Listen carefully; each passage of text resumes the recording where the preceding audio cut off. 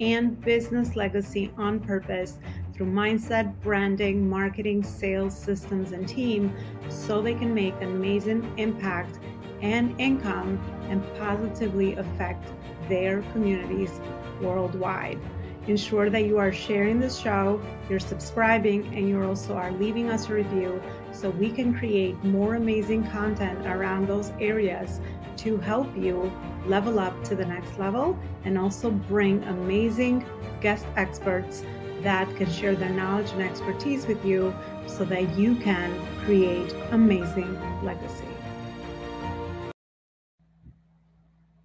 All right, let's do it. Let's create amazing legacy. Legacy builders, welcome back to another show. I'm so excited to be back with you. Another amazing guest and conversation, a beautiful connection. And I've had the blessing to be able to be on her show, and her energy and the way that she serves her audience definitely stood out to me. So I'm so blessed to have her here and really leverage her expertise around building your financial house for women CEOs, especially. That's the work that Angela does.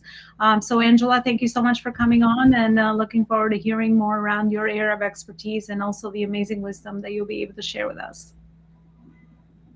Yes, thank you so much for having me today.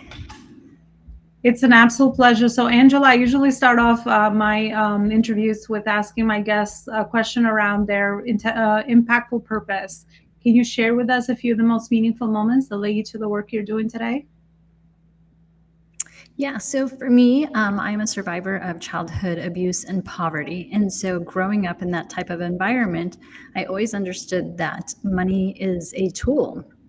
And I really wanted to spend time learning about this tool so that perhaps when I'm older, that I would live a different lifestyle than when I started as a child. So that was very impactful for me. And it really kind of led me on a lifetime journey to discover more about money and how to utilize it, and thinking of it as a tool instead of an emotional attachment that a lot of people have when it comes to their own money. Yeah, I love it. It's absolutely a tool, and unfortunately, we did not always receive the right modeling or the right education to be able to also leverage it for our purposes and the things that we want to do in life. So I love that you do this work, and I also know my personal experience with overcoming some of those money blocks and money mindset shifts that I know are so important when you're able to grow and think like an entrepreneur and grow legacy and build a business. So let's go right into the topic with building your financial house. So what does that mean to you? What are some of the things we need to consider when we're actually focusing on building our financial house for more freedom, creativity, depending on where everybody is in their journey and what they would like to do with their money as a tool to be able to leverage it for their unique goals and purpose. Yeah, so if you think about a house, if you're building a home, the foundation is very important, because if you don't put that foundation and lay it down correctly, then the house could essentially just tumble in. And so when we're thinking about what is the foundation, there's a few things that we want to look at. Number one, we're wanting to look at what your childhood is like. What were you taught as a child about money? If it's something that was negative, or if it's something that was positive, does it still make sense for you today? Is this still your truth? And it's really difficult to just replace that with a thought. It's like a muscle. And so you have to continue to exercise that muscle constantly. So number one, looking at what that mindset looks like. Number two, where are you at today? It's impossible for us to figure out how to move forward without figuring out where you are today. And so when we're looking at that piece of your foundation, it's what is your income? What are your expenses? And how can we create more cash flow in your own life and in your business and your personal life so that you can have your goals? And so once we worked on mindset, we figure out where we are today. The third piece of the foundation is setting goals. And when I set goals, what I love to do is think about when I accomplish that goal in the future. So say, for example, you want to buy a home. What does that feel like to you? Who is there celebrating in your accomplishment of that goal? And when you tie your mind to that heart, you're going to reach that goal so much quicker, so much faster. And when you get there, you really feel like you've accomplished something. And that helps to change that mindset around money, because now it's just a tool you're using in exchange to get to that goal. You're using money to buy a house. You're using money to get out of debt. And you still have an emotional attachment to it, but instead we're going to think about it as a tool instead of, that icky feeling that sometimes women get around money. So really want to focus on those three key points when you're building your financial house. Yeah, I love all the three and the way that you just aligned all of those three for us, just like steps, and being able to connect that with the foundation piece. I think that connects with me as well, because I talk about building a business foundation as well, because just like anything, if we're building something to last without a foundation, it's going to break tomorrow. So, instilling these things in our lives is really important to be able to sustain the results that we get to keep. So I love that you mentioned that. Angela, what comes up for me around, this specific topic is the experience that sometimes we feel as women, especially, I don't know what it is, maybe based on our nature, we want the security, right? And sometimes when you are, well, not sometimes, but all the time, if you want to grow in your business, a certain level of risk. I mean, we try to calculate the risk, right? But a certain level of risk and courage is absolutely necessary to be able to invest ahead of time so that we're getting that ROI in the back end as we're growing our companies. What are some of the mindset shifts that you feel that we probably need to make, or that you've made as an entrepreneur, or even the clients that you've helped, that is going to help us overcome some of that certainty mindset, and then be able to open up our worlds to more opportunities so that we leverage the opportunities that come alongside so that we get to scale and grow our businesses? Yeah. So one of the first things I talk about is when you're having that insecure feeling, right? Where is it coming from? And usually it's just from a lack of education. So if you're looking to invest, you're going to pick an avenue, whether that's the stock market, real estate investing, what is it that you want to invest in? And then you have to take a inventory of yourself. How much risk do you want to take? Some of us are conservative, and I'm very conservative in my investments. I seek information first. So I become a student, I get the information, I invest in my own knowledge first before I start doing that investing. And what I find is the more information that I get, the more clarity that I get, the more confident I get, the less I have that insecure feeling, because I'm coming from that investment now from a knowledgeable perspective. So that's always my first thing, is you want to invest in your own education, your own knowledge first, so that you can gain confidence. And perhaps maybe this isn't going to be something that you're going to do, by yourself. Always find a mentor. I love what you teach. When you talk about having a coach in a coaching program, you want to seek out someone who's an expert in that field and really make sure that they are experts, because there's a lot of people out there that can say, they're a coach or they teach you something, but I want to see proof. So finding out how to get proof from either past clients, or maybe they, ask them about their investments. What have they been successful in? What have they not been successful in? Because a true coach will share with you how they have failed in the past too, and how they want to teach you not to fail in that same regards, right? And so when you take that time to get the information and seek a mentor, it really does help with that insecurity so that you can move forward. And whether it's, investing in your business, find someone who's done it before. And as women, we are so willing to help other people, but for some reason, we don't want to ask for help. And so you have to give yourself permission to seek the information, to ask for the information, and to find a mentor. Now, I'm not saying take up tons of their time. I'm not advocating for that at all. But if you find someone that's doing something that you want to learn more about, figure out how to make it a win-win. Maybe you're going to send them referrals in exchange for some of their time if you don't yet have the money to invest in a coach and mentor. But, YouTube's got so much free information, podcasting, so much free information. If you truly want to learn, the information is out there, but it's really up to you to take the action, to put in the time, and just invest in yourself first so that we can become more secure in our own self, so that we can pursue that wealth, and giving yourself permission to accumulate wealth, because it's not a bad thing. You're going to be able to use it for so much good, whether that's charity, whether that's family, whether that's your future goals. You're investing in your business so you can help other people. It's really shifting that mindset so that when I'm investing in myself, now I'm investing in all of the people around me that I can help in the future as well.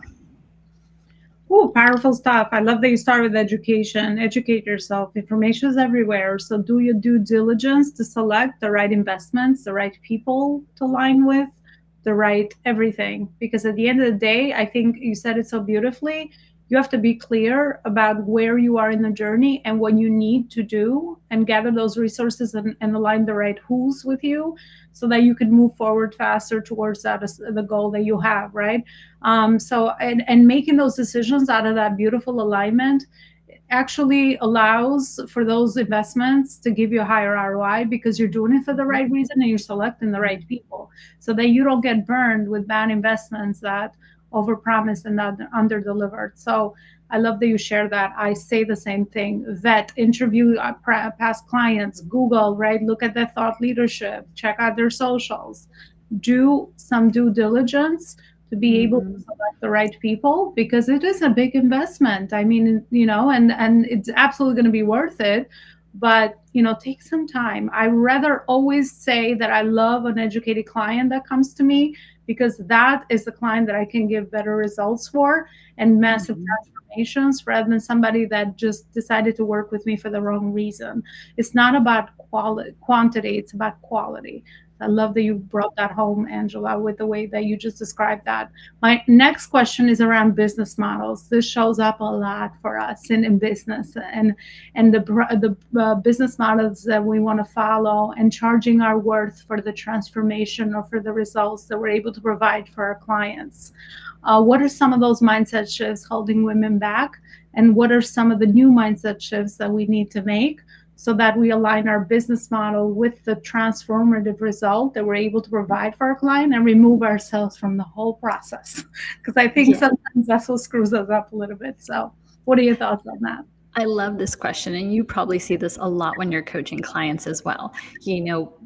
We sometimes think about there's a gap, right? Men make more. We've heard this before, but really, I challenge women on this. Instead of thinking about it from that perspective, think about it from, what do I need to do to ask for more money? If you're working for a job and you think that you deserve more money, women, we tend not to ask for it, or we take a different approach. Like a man in a like corporate world, for example, he will ask for a raise and then prove what he can do for that raise. Whereas women, we take the opposite approach. We want to prove ourselves first, then ask for money, and we don't even ask for what we truly think we could get.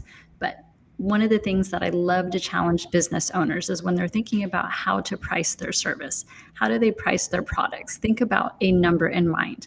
If you're coaching for the first time and you think, I'm going to charge $500 for this coaching program, well, I challenge you to double that number. And I know it's going to feel insecure at first, because I definitely struggle with this as well when I'm thinking about pricing my programs. But when you double it, and you add value to it, and you think about, what does your customer really need from you? What information do you have that you want to share with them that seems like common sense? It's not common sense, because that's why people are coming to you and asking you questions. So double that price in mind, and know that maybe sometimes you might have to negotiate.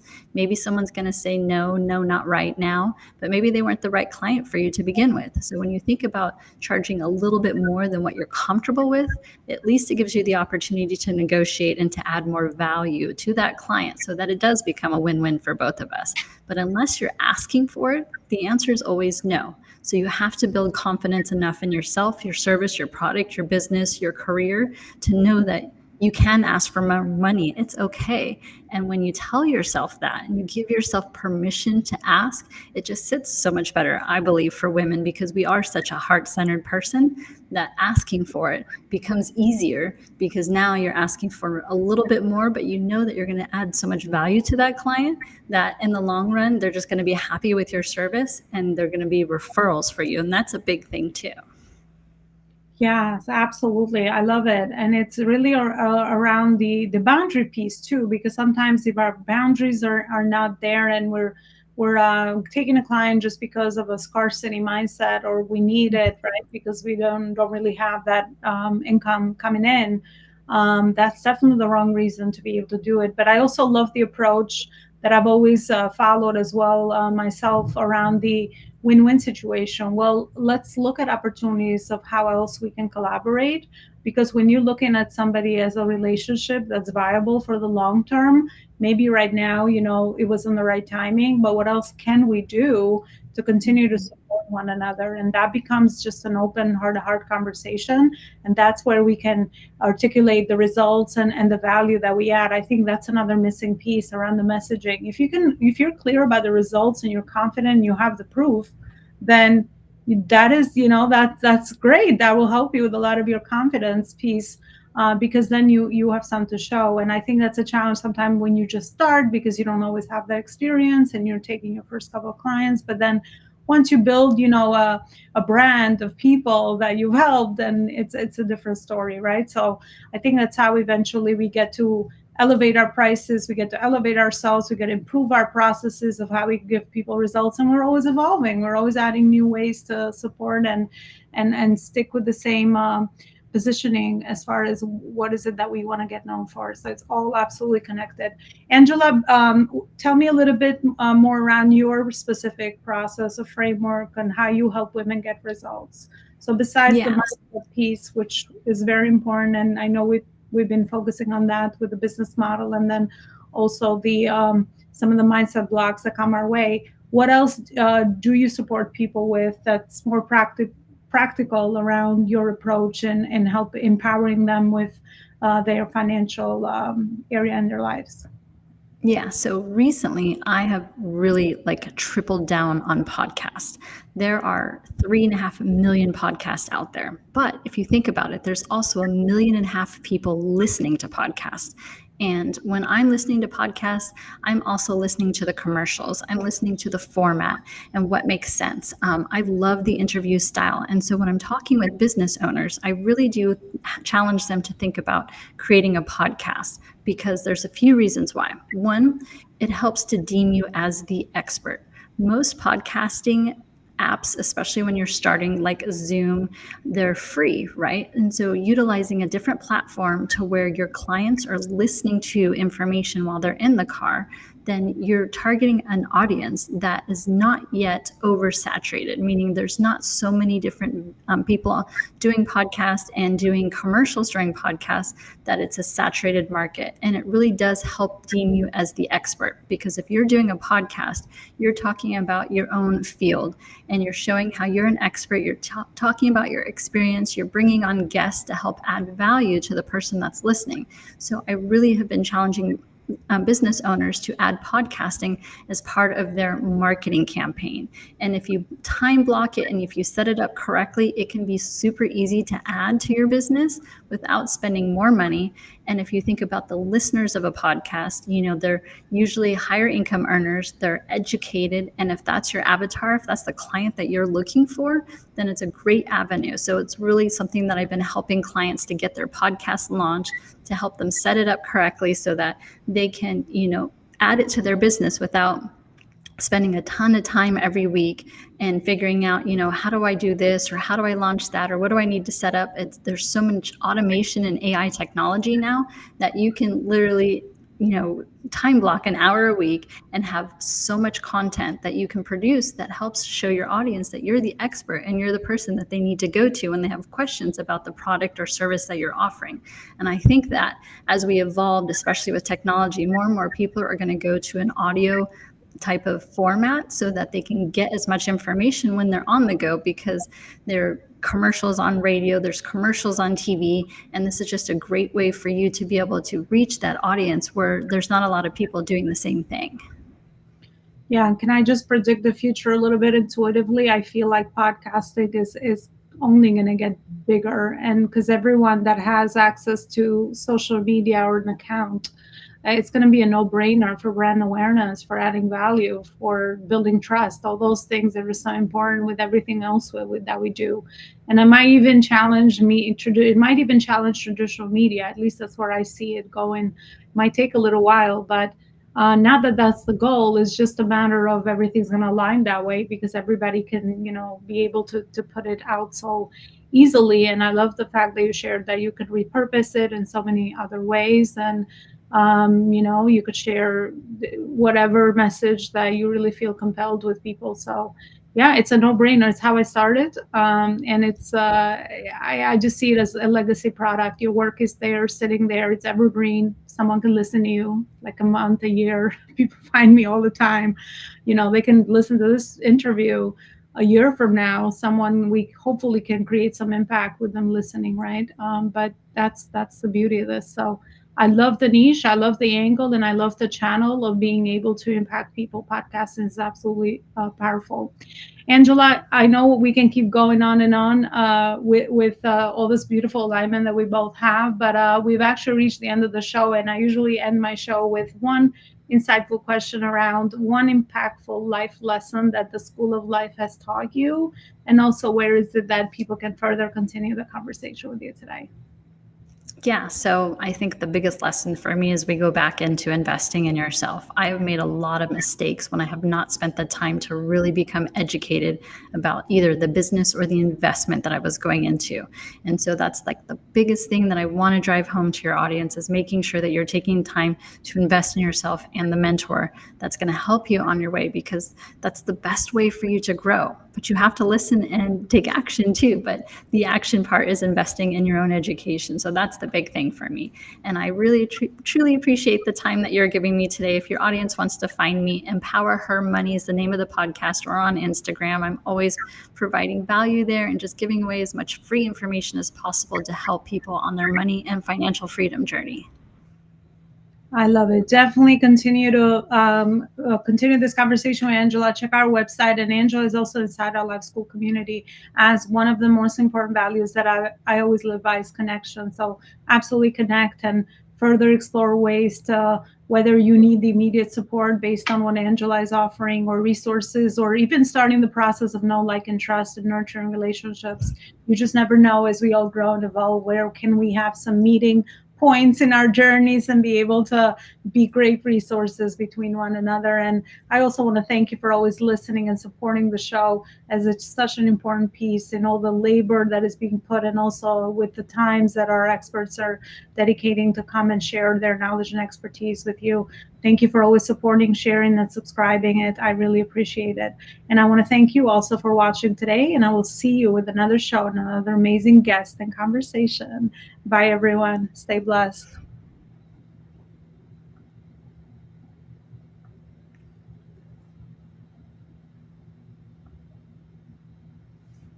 Company, and we care about doing more good in the world and serving our global communities.